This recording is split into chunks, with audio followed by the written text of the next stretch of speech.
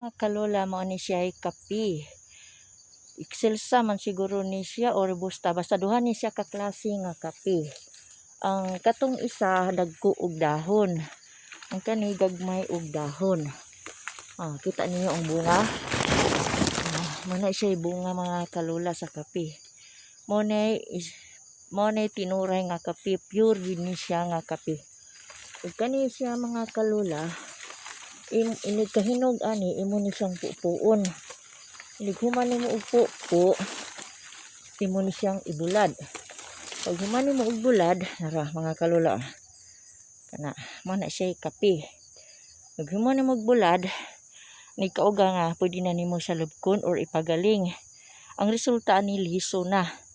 Kung kanang liso pwede nimo siya pulbuson, pagaling nimo, mo na ni siya pure nga kape. So mga kalola, duha ni siya ka klase katong dagko og dahon. Nalimot lang kung usengan excelsa ba ni or robusta basta dagko og dahon, dagko pud siya og unod. Ano yung mga bunga mga kalola. Mo ni siya pure gyud nga kape. Kung imo ni siyang pulbuson way sagol, ispiso kayo og mao ni siya. Pwede ni nato ni siyang kapihon. Okay, bye.